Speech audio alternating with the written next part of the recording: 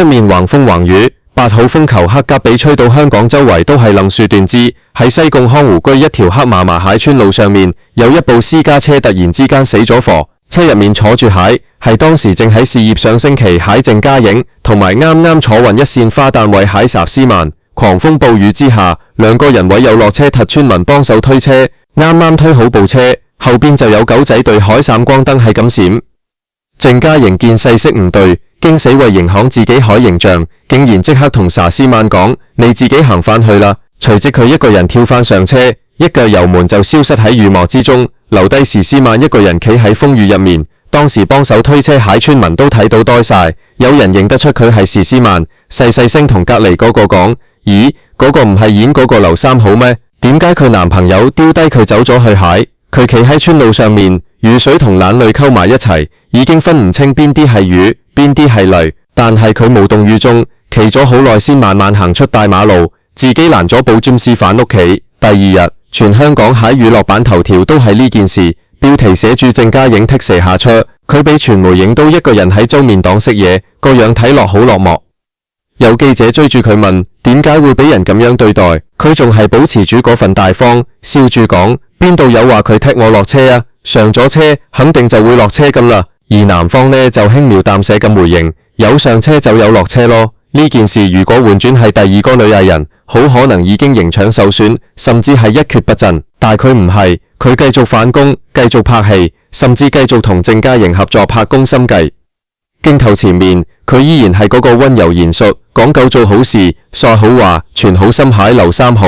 冇人知道呢個網絡去柔弱嬌美蟹女人骨子入面到底有幾堅毅。其實佢由細到大就一直係咁樣，無論面對幾大蟹風雨，佢都可以一個人企返起身，繼續行落去。1975年5月28日，喺灣仔一間私家醫院，佘詩曼出世。佢爸爸當年係做地產商生意蟹，屋企住喺半山豪宅，一家人生活過得非常之富裕。細個蟹亞時，着住最靚蟹盤，讀名校，學琴學畫，過住標準千金小姐蟹生活。但係好景不常，喺佢5歲嗰年，爸爸因為一場吐如廚泥蟹交通意外離開咗人世。雖然屋企仲有少少攢顧，但係爸爸係屋企蟹經濟支柱，佢一走，成個家就變晒樣。雖然出面蟹劇本成日話佢係13歲遭遇巨變，但事實失去父親蟹陰影由佢5歲就開始籠罩住佢。宅主開始日日上門巡掃，有一日放學返到屋企，佢見到幾個着西裝蟹男人喺客廳同媽咪傾偈。媽咪蟹樣好難抬，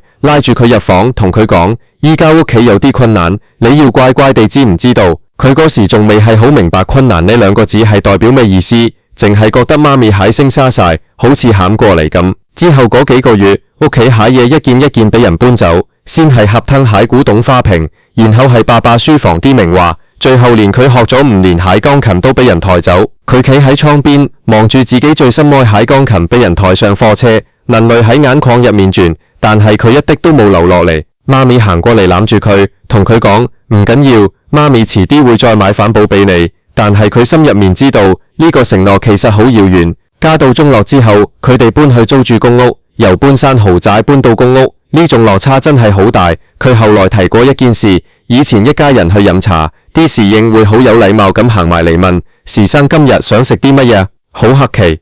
但破產之後，同一間酒樓，同一個侍應，見到佢哋行過連望都唔望一眼。有一次，佢同媽咪喺酒樓門口撞到嗰個侍應，對方斜眼望咗佢哋一眼，然後轉頭就走。媽咪喺表情好尷尬，拉住佢急急走。返到屋企之後，媽咪喺房入面偷偷地喊，佢企喺門口聽住媽咪喺喊聲，但佢冇入去。佢返自己房，對住塊鏡同自己講：我一定唔會咁樣一世，我一定唔會再被人睇唔起。媽咪為咗養家要出去打工，哥哥同細佬年紀仲細，屋企得返佢同媽咪相依為命。氣氛雖然介入，但亦磨練出佢超乎常人蟹早熟。中學畢業之後，親戚幫佢安排去瑞士讀酒店管理。去瑞士嗰日，媽咪送佢去機場，同佢講：去到嗰邊要聽話，唔好亂使錢，要好好讀書。佢望住媽咪，見到媽咪眼角蟹皺紋，同埋頭上蟹白髮，心入面好難受。但佢依然冇喊，只係同媽咪講：媽咪你放心，我會做得好好。1993年，18歲蟹佢去到瑞士，嗰邊天氣凍，人煙稀少。佢初時真係好唔習慣，但佢冇放棄，佢知道自己要爭氣，要讀好呢個課程，將來返香港之後軍訓好工，幫媽咪減輕負擔。喺預世讀書海時候，佢識咗一個台灣海富家公子，男方家境極好，對佢又體貼，成日帶佢去食好嘢，去旅行，佢覺得好開心，好似溫返以前做千金小子蟹感覺。畢業之後，男方叫佢一齊去台灣生活，佢諗咗好耐，最後決定跟埋去。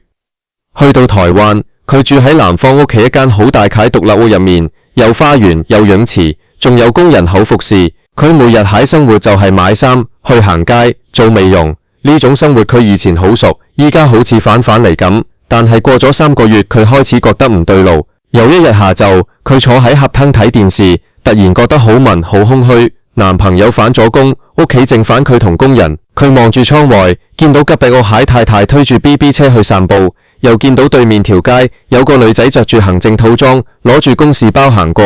佢突然問自己：我依家喺度做緊乜？我蟹人生就係咁樣等食等分。嗰晚男朋友返嚟，佢問對方：如果我哋結婚，我係咪就要一直咁樣生活落去？男朋友好出奇咁望住佢講：咁樣生活唔好咩？你唔使辛苦做嘢，我會照顧你一世。佢搖搖撩講：我唔想，呢種唔係我想要喺生活。男朋友唔明，你想點呀？返香港？你屋企依家咁樣，你返去可以做啲乜嘢？呢句說話好似一把利刀，直插佢心口。佢冇再講嘢，返房執埋行李。第二日一早，佢就飛返香港。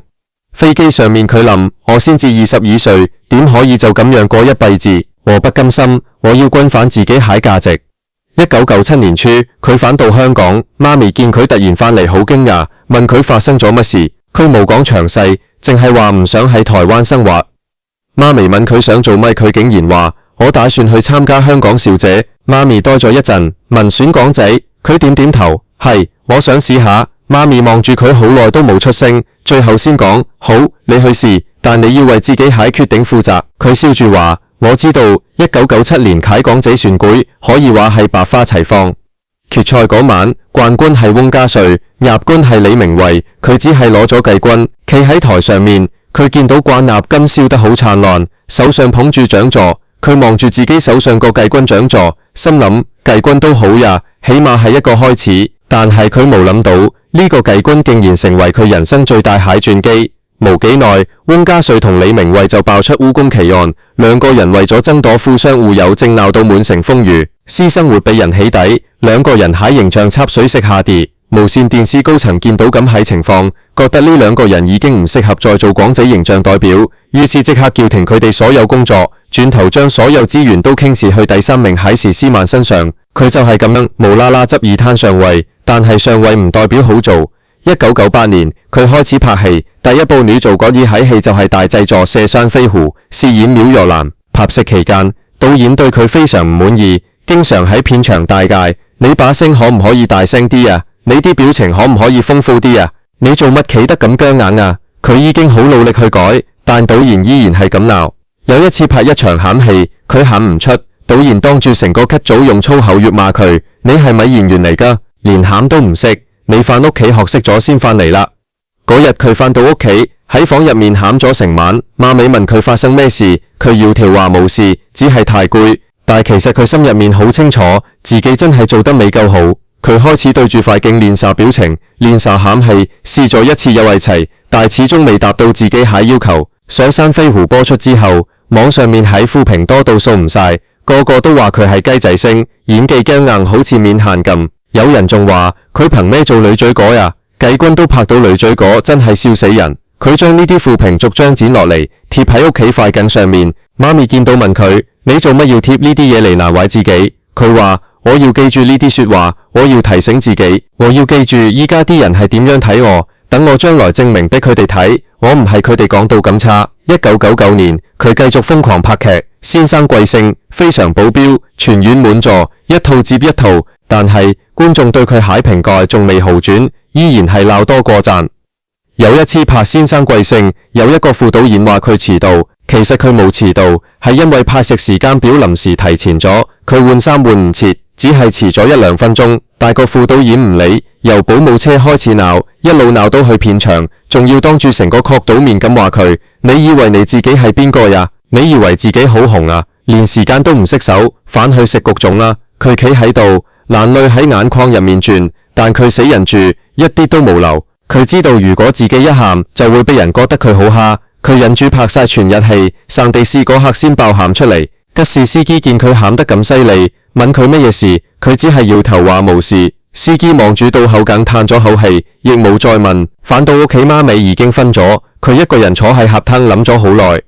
第二日返到片場，佢軍反嗰個副導演好冷靜咁同佢講：你已經用咗3次機會嚟鬧我，如果你再咁樣插我一定會同你鬥到底。個副導演呆咗，因為佢估唔到呢個網絡又有弱蟹女仔，原來有咁硬淨蟹一面。為咗擺脫雞仔聲蟹莫名，佢開始每日堅持朗讀報紙30分鐘，練giải花聲。佢知道自己演技唔夠，就去睇晒所有經典電影，研究其他人係點樣演戲。佢仲開始瘋狂接戲，一年拍超過100集，用數量去換取質量。2000年初，佢接咗一部改變命運諧劇集《10月初5嘅月光》，同張智霖演對手戲。拍攝期間，因為佢哋表現得太有默契，緋聞傳到好勁。有一次拍完戲，一班人去食宵夜，佢同張智霖坐埋一齊，有人影到佢坐喺張智霖大髀上面。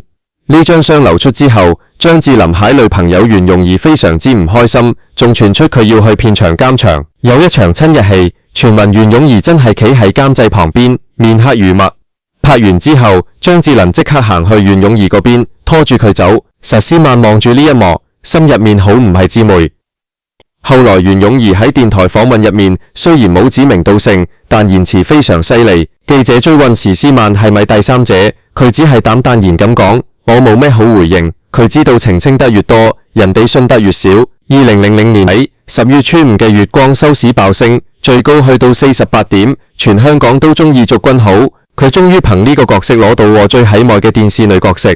上台領獎嗰陣，佢把聲都震晒，多謝大家支持，我會繼續努力。下台之後，佢返到屋企將鏡上面嗰啲負評一張張篩走。佢對媽咪講：我終於證明到俾佢哋睇，我係得蟹。之後蟹幾年，佢蟹事業如日中天，但緋聞亦都冇停過。2001年拍《酒係孤雙旬》，被指同馬德鐘有爺。2002年同陳浩民合作電影《情緣戲水機》，同電視嘅《江南京華夢》，兩個人正式拍拖。陳浩民當時對佢好好，兩個人互稱老公仔、老婆仔，係圈入面公開蟹秘密。傳聞2004年陳浩民仲同佢求過婚，帶佢去山頂睇夜景，突然跪低攞出戒指，但係佢冇即刻答應，因為佢知道如果要結婚，可能就要做全職太太，而佢唔想放棄辛苦大拼翻嚟喺事業。因為呢件事，兩個人開始多咗嘈交，加上陳浩民喺內地拍戲成日傳出偷食新聞。呢段情最終喺2006年畫上句號。分手嗰陣佢講過一句話：如果最終冇行埋一齊，咁佢肯定唔係最適合我害人。2006年係佢海大豐收年，憑住鳳凰四重奏，一人分飾4個，佢終於攞到最佳女主角同我最喜愛嘅電視女角色，成為 TVB 史上第一個雙料視后。上台嗰刻佢喊到收唔到聲，由雞仔聲到視后，呢條路佢行咗9年。之後佢遇到鄭嘉穎，發展出一段備受爭議蟹戀情。就係喺2008年嗰個8號風球蟹晚上，鄭嘉穎為咗避開狗仔隊，將佢趕落車。呢件事對佢蟹打擊好大，佢意識到呢個男人其實保護唔到佢。2009年鄭嘉穎生日聚會，鄭嘉穎飲醉酒突然話：我哋分手啦。佢冇喊，只係拎起手袋，轉頭就走。佢話俾自己聽，唔會再為任何人傷心，事業先至係佢唯一蟹靠山。2011年，佢決定離開 TVB 北上發展，好多人話佢傻，話佢喺 TVB 已經係一姐，點解要去大陸由零開始？傳聞大陸拍戲一集有15萬人民幣，係 TVB 蟹5倍，佢要養家，要供樓，呢個決定其實好現實。但係北上海頭幾年並唔順利，拍咗幾部劇都反應平平，甚至被笑係北上最失敗藝人。直到2018年，余正推佢拍《延禧攻略》，佢初時係拒絕，因為佢驚演反派會被人鬧，但余正一句你年紀已經唔細，唔拍今次可能冇下次，令佢決定接拍。結果閒飛一角令佢喺全國爆紅，佢用演技證明咗咩叫唔使化黑妝都可以黑化。2023年，佢翻返 TVB 拍新聞女王，文慧心 man 仔呢個角色簡直係為佢度身訂造，嗰種霸氣，嗰種專業，其實就係佢呢20幾年演藝生涯蟹縮型。喺頒獎典禮上面，佢成為首位3奪視后蟹女藝人。佢喺台上講：一不離二，二不離三都可以係好事。全場企起身拍手。依家蟹時斯曼已經49歲，佢依然單身，依然咁靚。有人問佢後唔後悔冇結婚生仔，佢好坦然咁講：我呢個年紀應該生唔出㗎啦。有小朋友係錦上添花，冇小朋友都可以享受生活。由1975年到2024年，佢用咗49年時間，由一個家道中落蟹少女孩，變成人人心目中蟹女王。佢經歷過被拋棄、被羞辱、被誤解，但佢從來冇低過頭。2008年嗰個風雨交加蟹夜晚，佢學識咗最重要下一課，唔好等男人嚟接你，要學識自己嘴煩屋企蟹路，因為最可靠蟹人永遠都係你自己。